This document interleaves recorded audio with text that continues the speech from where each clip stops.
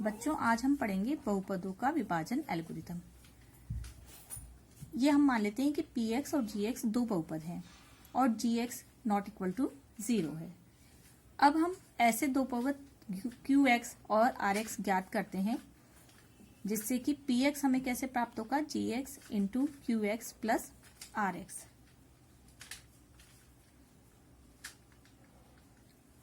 अब यहां पर इसको हम इस तरह से भी लिख सकते हैं, भाज्य बराबर क्या हो जाएगा हमारा, भाजक गुणा भागफल प्लस शेषफल। तो हमारा पुनः ये बन जाएगा भाज्य px भाजक gx से हम भाग देंगे, इंटू भागफल में हमें क्या मिलेगा, qx और शेषफल में rx। यानी कि जब हम यहाँ पर हमारे पास दो बहुपद हैं px और gx, तो जब हम px से gx को भाग देंगे तो यहाँ पर घात px की क्या होनी चाहिए, लेस देन होनी चाहिए घात gx। ठीक है, इस बात का ध्यान रखेंगे। यानी कि जिसकी घात कम होगी दोनों बहुपदों में से, उसको हम बाहर लेंगे, यानी उसको हम बनाएंगे भाज्य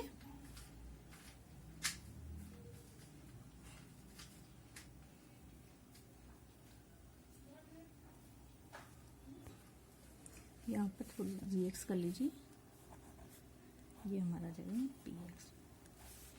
ठीक है, px अंदर होगा, gx आपका बाहर है, हम इससे भाग दे रहे हैं, यानी ये भाजक हो गया, ये भाज्य हो गया। भागफल जो हमें मिलेगा, यानी कि ये हम मान लेते हैं यहाँ qx है, और जब हम भाग देने पर जो बचेगा वो हमारा rx होगा। तो rx हमारा शेषफल कहलाएगा। अब शेषफल में दो कंडीशन आती है, एक तो अगर शेषफल यानी कि जो rx आया हमारे पास वो इक्वल टू 0 हो, तो यदि rx 0 होगा तो इस कंडीशन में हम यह क्या कहेंगे कि जो भाजक है यानी कि gx वो भाज्य यानी कि px का गुणनखंड होगा। यानी कि जब एक बहुपद को दूसरे बहुपद का वो गुणनखंड पूछेगा, कहेगा कि सिद्ध कीजिए कि gx px का गुणनखंड है, तो हमारे लिए कितना बताना सफिशिएंट है, हमें ये देखना होगा कि इसमें शेषफल 0 प्राप्त हो जाना चाहिए। दूसरी बात जब आती है तो उसके अंदर हमारे पास क्या होता है कि जो घात है rx की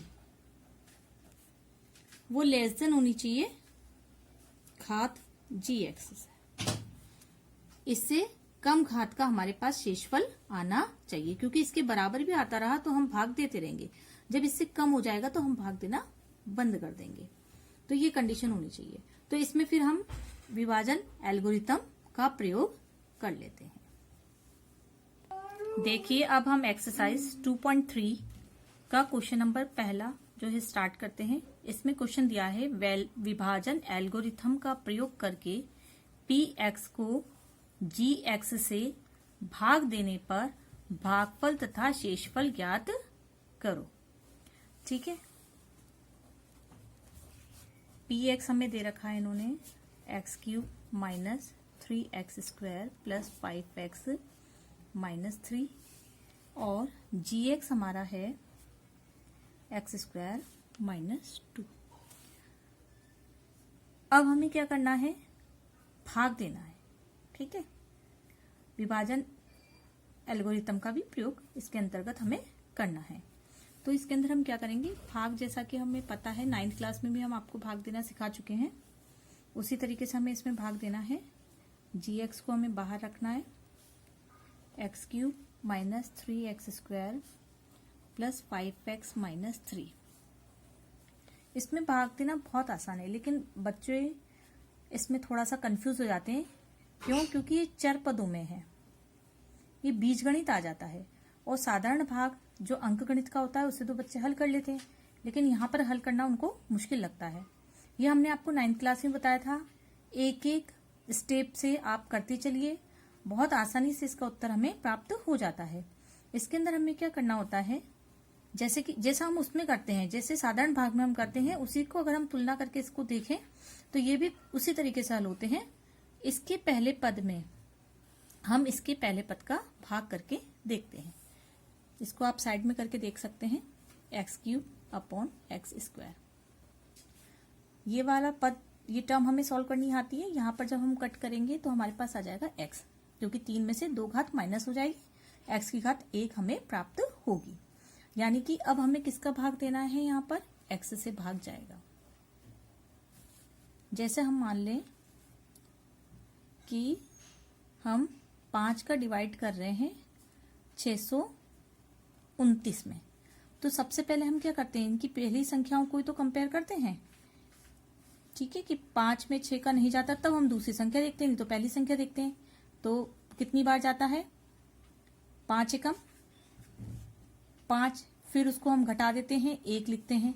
उसी तरह से प्रोसेस हम यहाँ करेंगे। इसके पहले पद में इसका भाग, क्योंकि ये बीजगणित है, ये चर पद है, इसलिए हम इसको इस तरह से भाग करके देख लेते हैं। अब हमारे पास जो आ गया, अब इसकी कोई दिक्कत नहीं, इसे हम यहाँ पर जितने भी पद होंगे, यहाँ 2 पद है, द्विपदीय है, यहाँ पर अगर 3 पद होते तो हम उन तीनों से इसको गुणा कर देते हैं। यहाँ 2 पद है तो इस मान को हम इससे भी गुणा करेंगे, इस मान को हम इससे भी गुणा करेंगे। यहाँ पर हमें 2 मान प्राप्त होंगे। ये 2 मान अब हमें इसके नीचे लिखने हैं। तो अब यहाँ पर हम बीजगणित के किस पद उसका यूज करेंगे, सजातीय पद, क्योंकि हम जब जोड़ते हैं या घटाते हैं तो हमेशा सजातीय पदों में से ही जोड़ते और घटाते हैं। तो यहाँ पर जब हमने x को x² से गुणा किया तो हमेशा ये ध्यान रखिए, जो पहला पद है हमारा वही प्राप्त होता है, x³। फिर जब हम x को चिन्ह के साथ हमें गुणा करना है, -2 से गुणा कर देंगे तो -2x आएगा। ये -2x जो आया, अब ये किसका सजाती है, 5x का। ठीक है, तो यहां पर आ जाएगा -2x। इसको हम खाली छोड़ देंगे। अभी हमने देखा था, यहां हमने क्या किया था, माइनस किया था। ऐसे ये जो 2 पद मिले हैं, इनको हमें ऊपर वाले पदों में से माइनस करना है। तो जब भी माइनस करते हैं हम चिन्ह बदल जाते हैं, इनके माइनस, ये माइनस है तो ये प्लस। अब जो इनके पहले के चिन्ह उस पर हमें ध्यान नहीं देना है, हमने जो इन्हें नए चिन्ह दे दिए, आप हम उन्हें देखेंगे। पहला पद आपका कट जाएगा, ये पद एज इट इज आ जाएगा, ये प्लस का 5x है, ये प्लस का 2x है, जुड़कर ये 7x हो जाएगा, -3 ऐसा का ऐसा आ जाएगा। इसके पश्चात फिर हम अगली स्टेप के लिए आगे बढ़ते हैं। इसके पहले पद में यानी कि -3x² में किसका भाग कर दें, x² का भाग कर दें, तो हमने देखा क्या प्राप्त हुआ, -3, यानी कि हमें यहाँ पर -3 लिख लेना है। अब इस -3 का हम इससे भी गुणा करेंगे, इस -3 का इस -2 से भी गुणा करेंगे। चिन्हों का हमें हमेशा ध्यान रखना है। ठीक है, तो -3 का x² से गुणा करेंगे तो ये आ जाएगा -3x²। एक बात मैंने पहले बताई थी कि पहला पद हमेशा आपका समान आना चाहिए, क्योंकि उसी पद को भाग देके हम प्राप्त करते हैं भागफल। फिर 3 को जब हमने -3 को -2 से गुणा किया तो हमारा आ जाएगा प्लस का 6, जो कि किसका सजाती है, इसके नीचे, यहाँ पर कुछ भी नहीं है।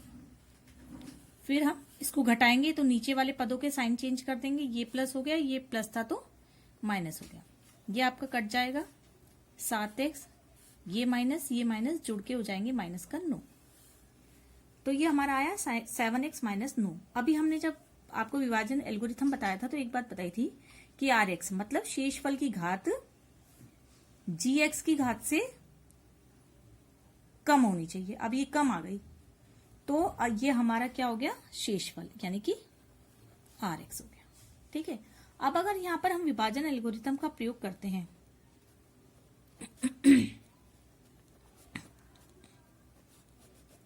विभाजन एल्गोरिथम का प्रयोग करेंगे तो हम देखेंगे यहां पर px हमारा दिया ही था,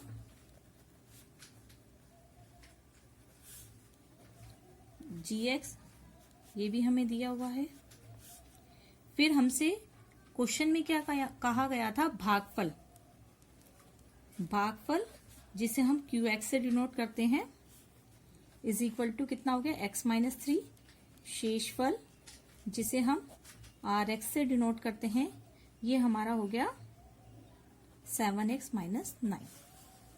अब अगर हम इसको विभाजन एल्गोरिथम से प्रूव करके देखते हैं, x³ minus 3x square minus plus का 5x माइनस का 3, हमारी विभाजन एल्गोरिथम थी px is equal to gx into qx plus rx। इसके अंदर आप मान रख लीजिए, ये px इज इक्वल टू हो गया gx का मान, ये px का मान है, this is equal to gx, gx कितना है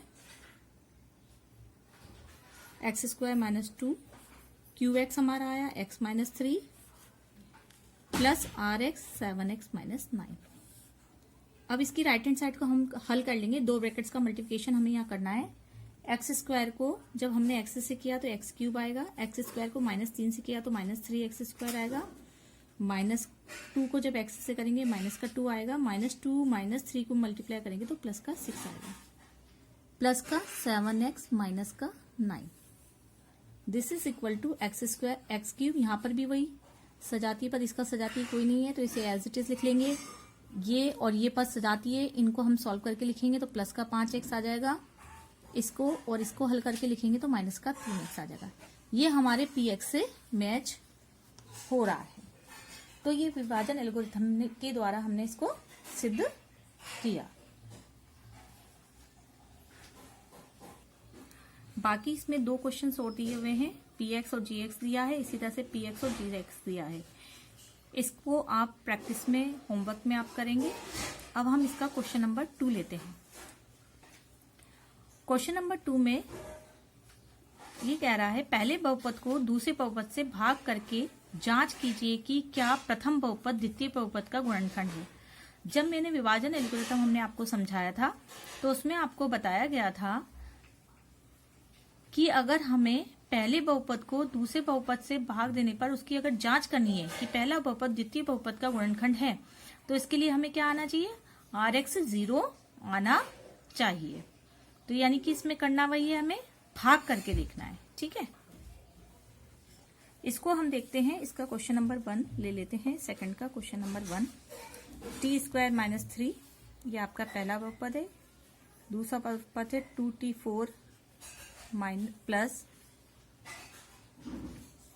3t³ minus 2t square minus 9t minus 12। ठीक है, अब उसने कहा है कि पहले बहुपद को दूसरे बहुपद से भाग करके। ठीक है, ठीक है, हम भाग कर लेते हैं जैसा हमने पहले भाग किया था बिल्कुल उसी तरह से करना है। इसमें एक बात याद रखिएगा, जो हमारा बहुपद है वो या तो आरोही या अवरोही क्रम में ही होने चाहिए। दोनों बहुपद या तो आरोही में होने चाहिए या अवरोही में होने चाहिए, यानी कि जो घात है घटते क्रम में होनी चाहिए चर की। जैसे यहाँ पर स्क्वायर की घात है, फिर बिना टी के जो है यहाँ पर 4 है, 3 है, 2 है, 1 है। अगर नहीं है तो हम उसको अरेंज कर लेते हैं, फिर ही भाग की प्रक्रिया शुरू करते हैं। अब जैसा कि मैंने बताया था आपको, फिर से वही इसके पहले पद में इसके पहले पद का हम भाग करेंगे, हमें ये पता चल जाएगा कि भागफल में क्या आना चाहिए। इसका पहला पद है 2t4, इसके अंदर हम भाग करेंगे t स्क्वायर का। देखिए क्या आता है, 2t स्क्वायर आएगा, यानी कि हमें भागफल में लिखना है 2t स्क्वायर। अब इस 2t स्क्वायर को हमें इन दोनों से गुणा करना है, तो यहाँ आ जाएगा 2t4। आप चाहें तो इधर भी कर सकते हैं, जैसे आपने यहाँ लिख दिया 2t स्क्वायर, ब्रैकेट लगा दिया t स्क्वायर माइनस 3। देखिए अब गुणा कर लीजिए, आपको पता चल जाएगा क्या आएगा, माइनस 6t स्क्वायर। ये आपके पास पद आया, ये पद आपको यहाँ लिख लेना है। 2t4 मैंने लिख दिया है, माइनस 6t स्क्वायर, इसका सजाती कौन सा है, माइनस का 2t स्क्वायर, तो इसके नीचे लिखेंगे माइनस का 6t स्क्वायर। फिर आपको बताया था हम माइनस करते हैं, यानी कि चिन्हों को हम बदल लेंगे। आप इसे काट दीजिए, ये कट ही जाएगा। फिर पहले हमारा बचा 3t³, ये माइनस है, ये प्लस है, विपरीत चिन्ह है इसलिए ये घट जाएंगे। घटने पर वह चिन्ह आएगा जो बड़ी संख्या का होगा 4t², माइनस का 90 माइनस 12। फिर से हम वही शुरू करते हैं, इसके पहले पद में इसके पहले पद का भाग देते हैं। 3t³ अपॉन t², आपका बचेगा 3t, यानी कि यहां पर आ जाएगा प्लस का 3। अब इस 3t को हम इससे मल्टीप्लाई करेंगे तो 3t³ आपको पता है पहला पद तो एज इट इज आएगा, प्लस का 3t को माइनस का 3 से करेंगे तो माइनस का 90। ये इसका सजाती है, चिन्हों को चेंज करेंगे, ये कट गया, यहां पर इस बार ये भी कट गया, हमारे पास बचा 40² माइनस 12। अब फिर वही करना है हमें, इसके पहले पद में इसके पहले पद का भाग करना है, कितना आएगा 4, यानी कि प्लस का 4। तो आप गुणा करेंगे तो 40² माइनस 12 आ जाएगा, माइनस प्लस, चिन्हों को चेंज किया। तो हम फिर लिखेंगे, हम देखते हैं कि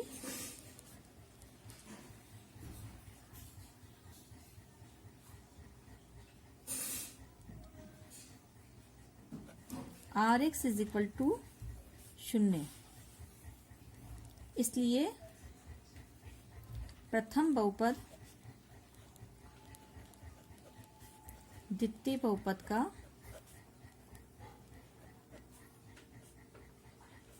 गुणनखंड है। ठीक है, इस तरह से हम बताएंगे। हम देखते हैं कि Rx इज इक्वल टू 0 है, इसलिए प्रथम बहुपद द्वितीय बहुपद का गुणनखंड है या होगा। इस तरह से हमारा क्वेश्चन सॉल्व हो जाएगा। इसी तरह से इसमें 2 क्वेश्चन और दिए गए हैं, आप उसको करेंगे हल। अगर कोई समस्या आती है तो आप पूछ लीजिएगा। Thank you.